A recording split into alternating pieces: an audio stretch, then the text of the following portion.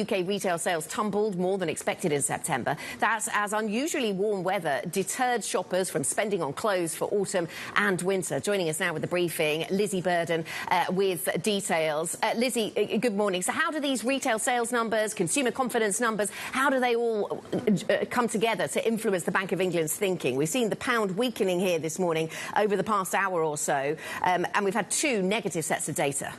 Yeah, well, but earlier in the week, Hannah, of course, we had that upside surprise on inflation. But yes, we did have a downside surprise on retail sales. The expectation was for a 0.4% drop.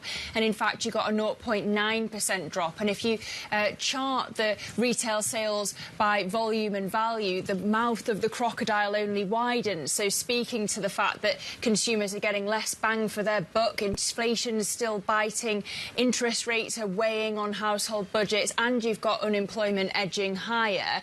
The other factor playing in September was you had unusually warm weather, and you know how Brits respond to any hint of sunshine. They were buying fewer clothes, but it's not just a one-off trend, this. It speaks to the overall weakening in the UK economy, because we also got the latest consumer confidence reading this morning, and that had the sharpest drop since COVID. So in terms of how the Monetary Policy Committee will reconcile this morning's data with the inflation numbers earlier in the week, you mentioned the pound drop. It suggests that traders reckon that the Bank of England is going to be dovish off the back of this. But we've also heard from the Governor of the Bank of England, Andrew Bailey, just recently in the past few minutes in an interview this morning, saying that wage growth is too high for comfort. So let's see if we get a reaction to that as well.